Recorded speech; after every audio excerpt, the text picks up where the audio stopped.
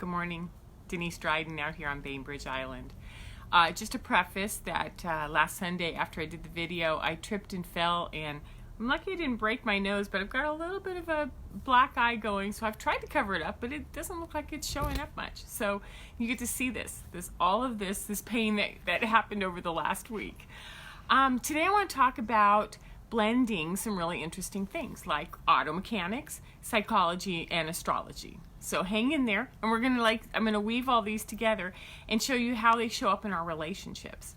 And I'm gonna start with astrology, which is as of the 22nd we left Scorpio. So for the last 28 days before that, we were in this month of what some people will say is the deepest, darkest, hardest month of the year, because it's really where we're being asked to go look at the things that no longer serve us, right? It's how to cut out those things that don't work for us anymore, whether it's political, social, familial, financial. These are like where we go and we make these huge changes.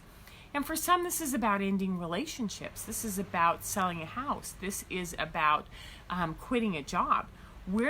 Or ending a friendship. We're not talking about light things. A lot of big stuff came up for us as a culture, as a world, over these last, I'm going to say now about 35 days as we went into it and as we were in there. So what have you been facing from the middle of October till now? What I would basically say is that the consensus is that the month of October and the first half of November pretty much kicked our asses. And we are still sort of licking our wounds and going, what was that? So I want to blend that with the next thing, which is I had this conversation with this super smart guy. He's a mechanic. He's a brilliant brain. And he was walking me through how a distributor works on a car. So follow me here. This is getting pretty interesting. So a distributor connects the ignition coil to the spark plugs. And it's a way of harnessing energy. It's like you turn the car on and it sparks energy, and then it's about how it routes energy and voltage through the car system. And so what happens is that as the voltage is going through the car and it hits the distributor points, it fires out into the spark plugs. So you can have 4, you can have 6 spark plugs. You can have a variety depending on the car. However, if the distributor cap gets loose, or if there's water underneath it and one of them isn't firing, or there's something wrong with the spark plug, the system itself will adapt. And it'll go, instead of 1, 2, 3, 4, on a 4-cylinder, it'll go 1, 3, 4, 1, 3, 4, 1, 3, 4. And so what it does is it cuts a new carbon path of energy and goes around the one that isn't working. Now, this is interesting to know because on a mechanical sense, once that new carbon path is set for the energy to follow it from one thing to another, what it does is every time it loops around, it will follow that energy path even after the distributor has been corrected, because it's used to the rut. The more often that energy runs on that system along that line, the deeper the rut.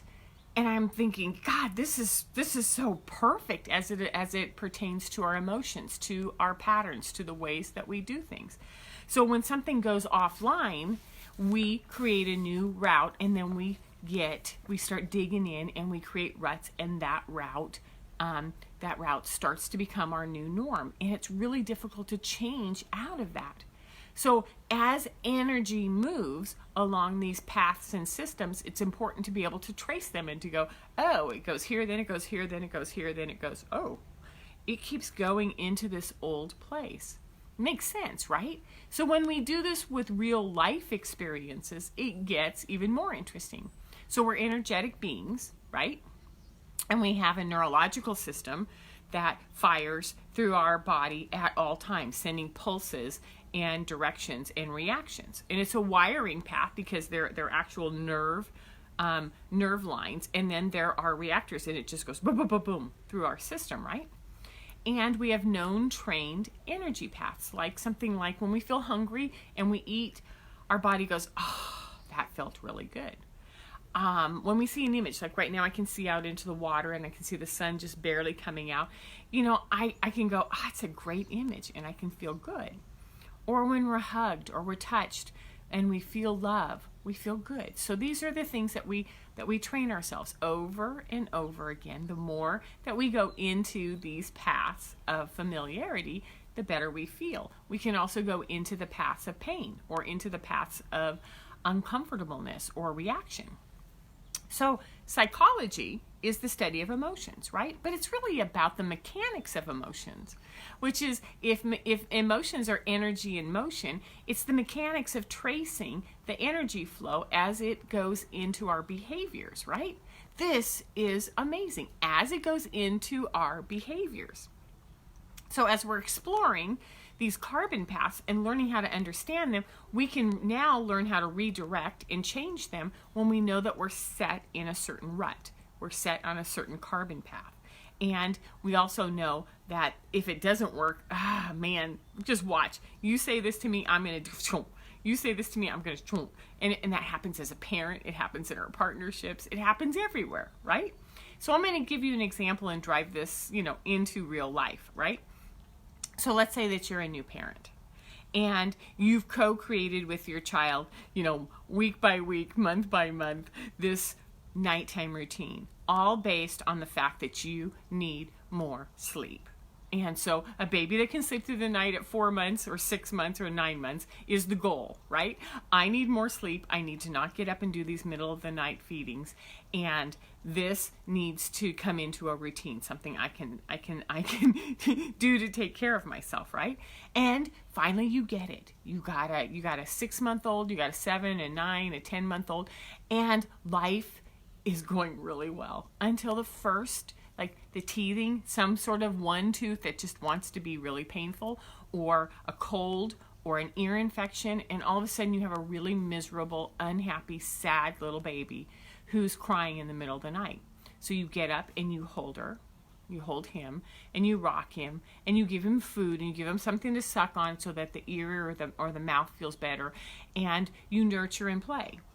And there comes a point when the pain resides and the child's like, middle of the night, mom can get up and feed me and play with me and hold me.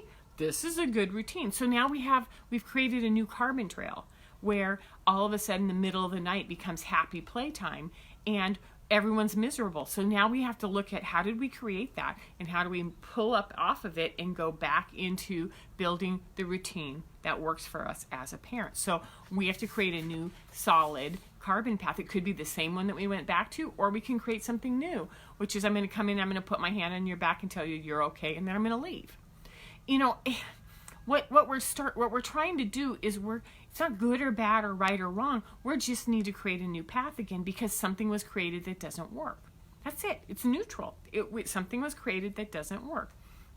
So the issue is transferable in our relationships to our children, no matter what age, whether it's a teen.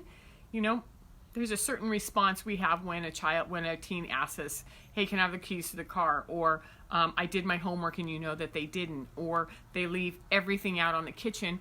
Or, transfer it into partnerships or whatever, right? So whenever a child goes through school issues, learning challenges, whether they move, whether we as parents lose our jobs, there's financial changes, whether there's a death in the family, whether there's divorce, all of this creates a carbon path of reaction in our kids, in us, and in us as we interact with each person. And that carbon reaction we reinforce and we deepen the longer we let it sit there, which is, I feel really, really bad for my child because they're struggling in school. So I'm going to create a carbon path of overcompensating and hovering.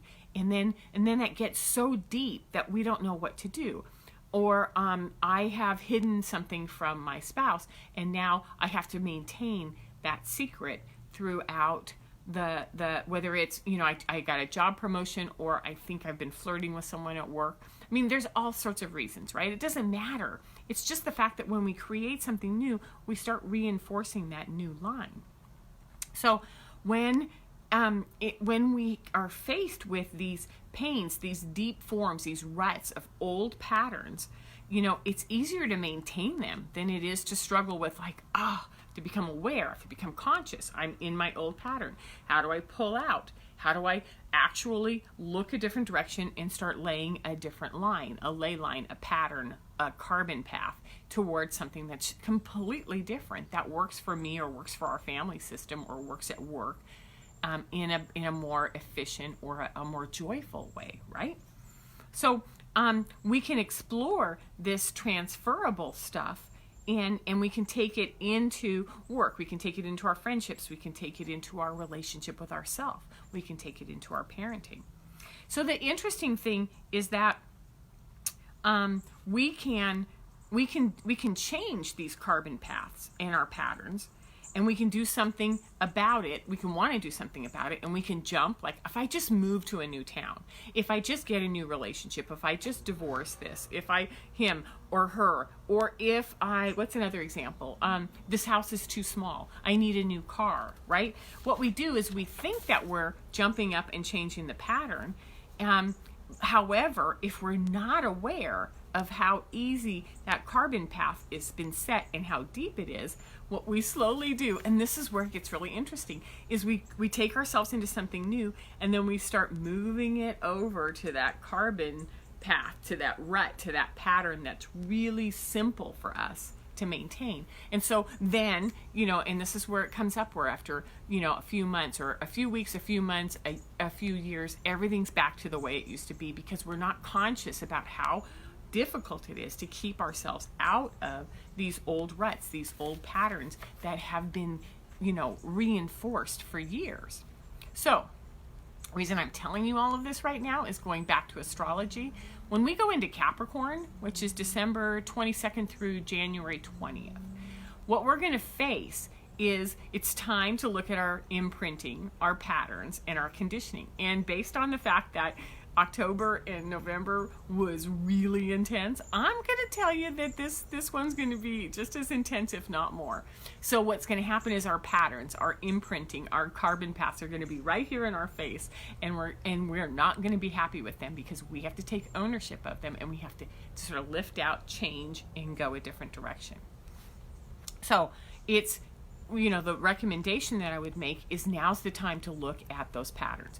Pay attention to what happens over the Thanksgiving weekend around family, around stressors, around time off, around everything. Then start to look for a therapist, a coach, an energy worker, where you say, I'm stuck in this one repetitive pattern where my mom says this and I go, yeah, or my husband says this and I'm in reaction. And notice, or all I have to do is walk into work and smell the coffee and I'm in this place, right? So just notice what's going on, and find yourself someone who can help you get up out of that rut and turn it a different direction. Something where you can sort of go at it with ease and curiosity and playfulness, because that's what we're really looking for. And know that you are going to face some challenges in the middle of December through the middle of January. So just to sort of let you know, I've been working on this for quite some time, and I have 3 modules on my website that are about grounding and being aware of, building awareness of where your patterns lie and what you can do with them. And then I also offer this Chiron Wisdom session, where I'm working with the planets, and I'm working with cards, and I'm working with old childhood patterns, and then sort of transforming them into strengths. So these are some things that you can do if you want to contact me, or go find your own resources in your own town and get going on these patterns. It's time. So my name is Denise Dryden. You can find me on DeniseDrydenCoaching.com, and have a fabulous Sunday. Take care. Bye-bye.